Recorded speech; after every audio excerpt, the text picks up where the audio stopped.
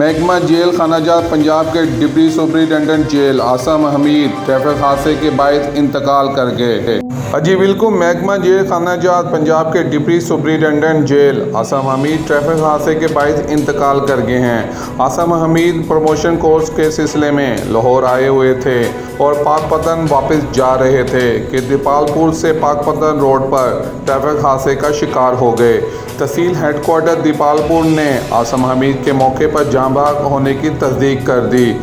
IG jail खानाजात पंजाब मियां फ़रूक नज़ीर का इस अचानक मौत पर इजहार अफसोस करते हुए कहना है कि आसम हमीद एक मेहनती, काबिल और दयानतदार ऑफिसर थे। आसम हमीद को सरकारी आज़ाद के साथ सुपुर्द-ए-खाक किया जाएगा। अल्लाह पाक मरहूम को अपनी रहमत में जगह और लहाकीन को सब्र जमील अता फरमाए।